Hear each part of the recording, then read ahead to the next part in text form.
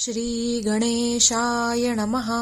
अस्य श्रीप्रज्ञाविवर्धनस्तोत्रमन्त्रस्य सनत्कुमार ऋषिः स्वामी कार्तिकेयो देवता अनुष्टुप् छन्दः मम सकलविद्यासिद्ध्यर्थं जपे विनियोगः।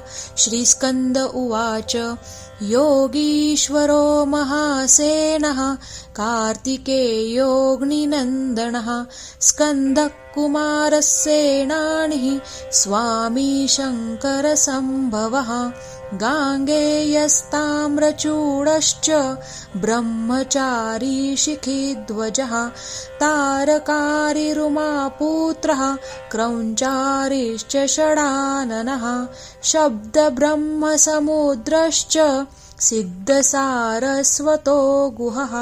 सनत्कुमारो भगवान् भोगमोक्षं फलप्रदः शरजन्मागणाधीश पूर्वजो मुक्तिमार्गकृत् सर्वागमप्रणेता च वाञ्छितार्थप्रदर्शनः।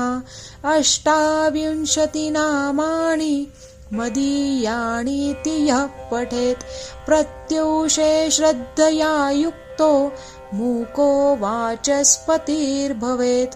महामन्त्रमयानीति मम नामानुकीर्तनं महाप्रज्ञामवाप्नोति नात्र कार्या विचारणा। इति श्री स्कन्दपुराणे कार्तिकेयमाहात्म्ये श्रीप्रज्ञाविवर्धनस्तोत्रं सम्पूर्णं। श्रीकार्तिकेयार्पणमस्तु।